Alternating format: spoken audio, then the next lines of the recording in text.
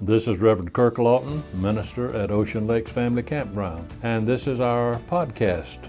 Our prayer is that this message may enrich your life as you find God especially meaningful to you. Thank you for worshiping with us.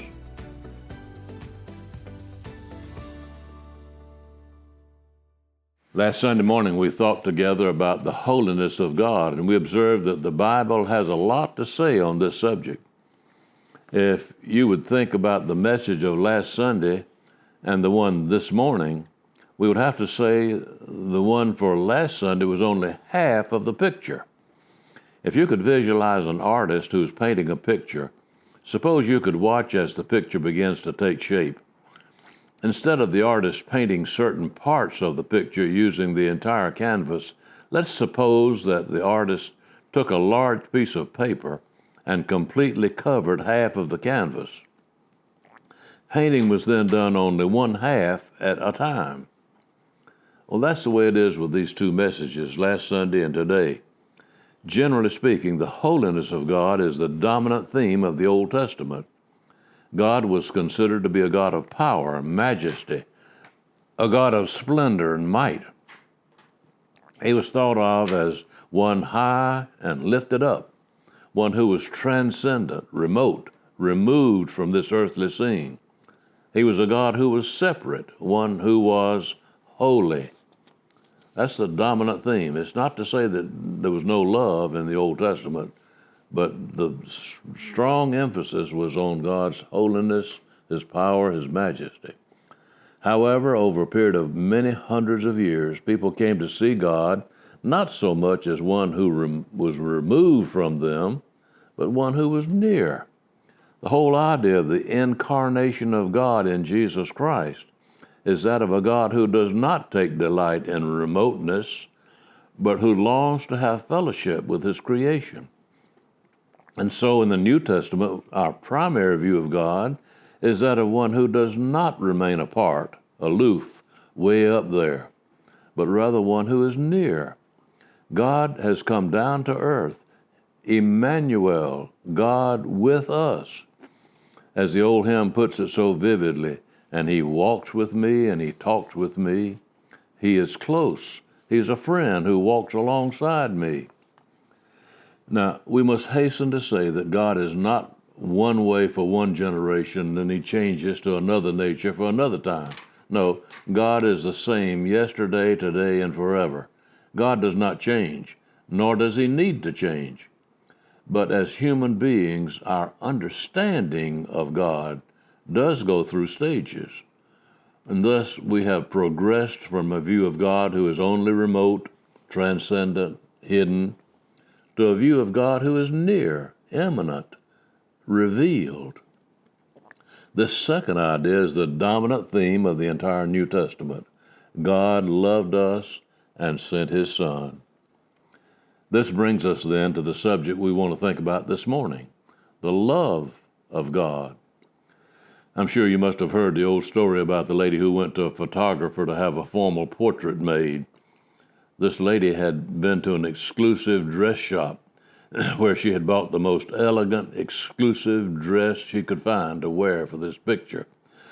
She had also gone to her hairdresser, who made every attempt to give her the most attractive hairstyle possible.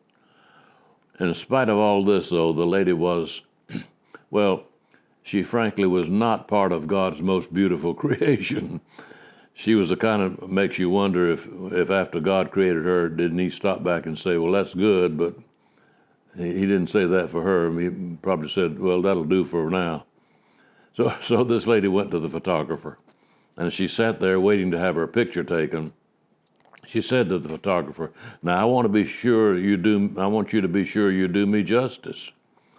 The photographer, who was strong in his professional abilities but weak in tact, said to her, lady, what you need is not justice, you need mercy. This is what God has done with us. He's not stopped with only what's fair. He goes far beyond that. He extends to us His great mercy. He shows us His love. Any good teacher will tell you that one of the principles of learning is what we call apperception. Maybe a new word for you. But this means we learn on the basis of what we already know. The word love is one that we all have heard, and it's something we all know about to varying degrees. We love fathers, mothers, brothers, sisters, sons, daughters, wives, husbands, sweethearts, friends, neighbors, so forth. And so on the basis of what we already know about love on this human level, let's explore the meaning of love on a divine level as we look today at the love of God. It is the nature of love to desire the highest good of one who's loved. That's the first principle of God's love. When a young man and a young woman are in love, and I suppose this can apply to any two in love, regardless of the age, don't have to be young, but there's nothing that's too good for the other one. The boy thinks about the girl, what kind of candy she likes, kind of restaurant she prefers to go to, the flowers he buys for her to wear on that special occasion, that particular gift he gives to her for her birthday or for Christmas. Nothing is too good for his one and only love. He's willing to go to his limit in spending for that girl he loves. This boy is probably not like one who went to the greeting card counter, looked over all the cards. When the clerk came and asked if she could help him, he told the clerk the kind of card he wanted for this special girl. So the sales lady found one, and it read, "To the one and only girl of my dreams, Happy Valentine's Day, with all my love for you and for only you." "Fine," said the boy. I'll take 4 of those cards. Real love dictates that nothing is too good for the one you really love. The same truth holds for the girl to the boy, to the wife to the husband, the mother or father to the child. It is the nature of love to desire the highest good for the one who is loved. Now, let's take that truth from a human standpoint, lift it up to the highest level. When you begin to get some idea then of what God's love is really about.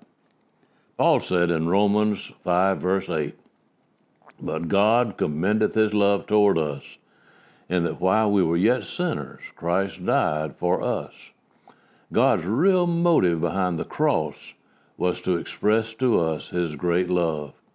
John 3:16 says this, "Life is the best thing that God has to give. He wants us to have life full and abundant, eternal." That's the same kind of desire that any loving mother has for her child, because she wants the very best for her child. That mother then knows that sometimes she has to use discipline, even punishment, not to take out her wrath on her child, but in order that her child might grow up to know what character is all about. Likewise, it's true with God and his wanting the very best for us as his children. Sometimes he must resort to discipline of us. The Bible says, "Whom the Lord loveth, he chasteneth." Yes, tough love is a part of real love. Think for a moment of the difference it could make in our lives if this first truth of God's love could somehow make its way into our hearts. It is the nature of love to desire the highest good for the one who's loved. If we could wake up every morning and say to ourselves, "God desires the very best for me today, and he's willing to help me to have it," then what a difference that would make in most of our days. Well, let's take another step in looking at God's love. The second grows out of the first, actually. It is the nature of love to give itself to the one loved in order to obtain that highest good.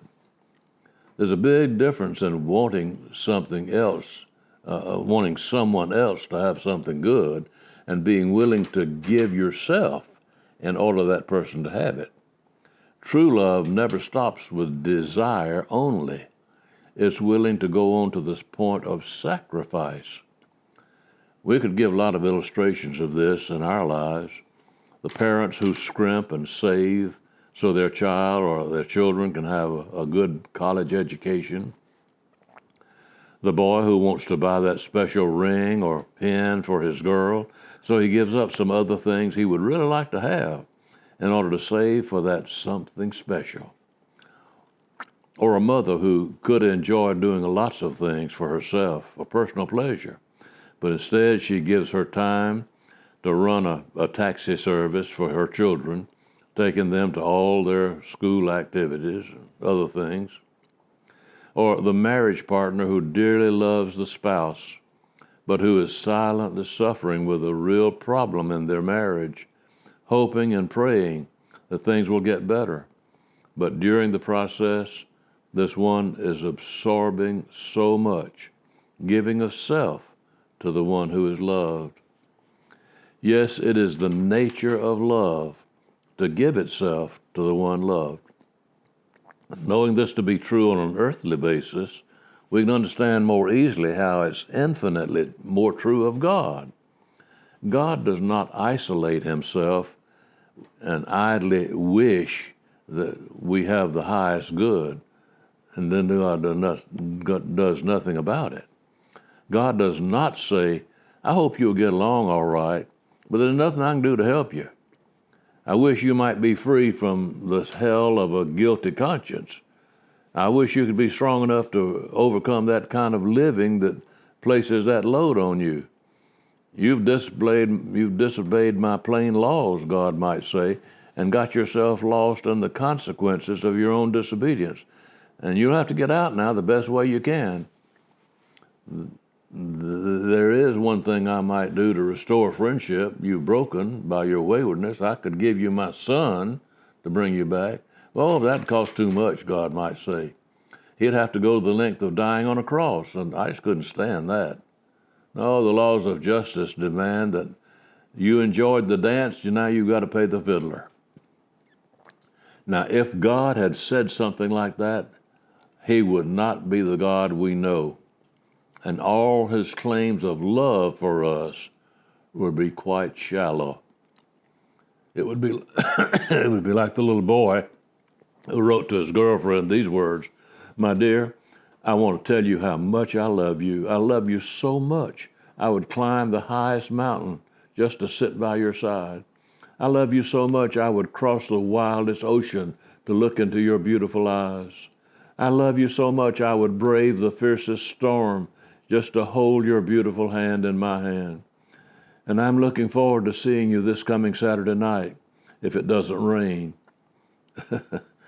Well, they tell us that on the southern border of an empire of Cyrus, there lived a great chieftain named Caligula, who tore to shreds and completely defeated the various detachments of Cyrus' army sent to subdue him. Finally, the emperor, amassing his whole army, marched down, surrounded Caligula, or Cagula, however you pronounce his name, captured him, brought him to the capital for trial and for execution. On the day of the trial, he and his family were brought to the judgment chamber. Cagula was a very fine-looking man of more than 6 feet in height, clear complexion, fearless blue eyes. His wife was a noble woman, a worthy mate of such a man. And there were his 2 children with golden ringlets hanging around their bright, childish faces. And so impressed was Cyrus with the appearance of these 4 that he said to Cagula, "What would you do if I should spare your life?" He answered, "Your Majesty, if you spared my life, I would return to my home and remain your obedient servant as long as I live." The emperor said, "Well, what would you do if I spared the lives of your children?"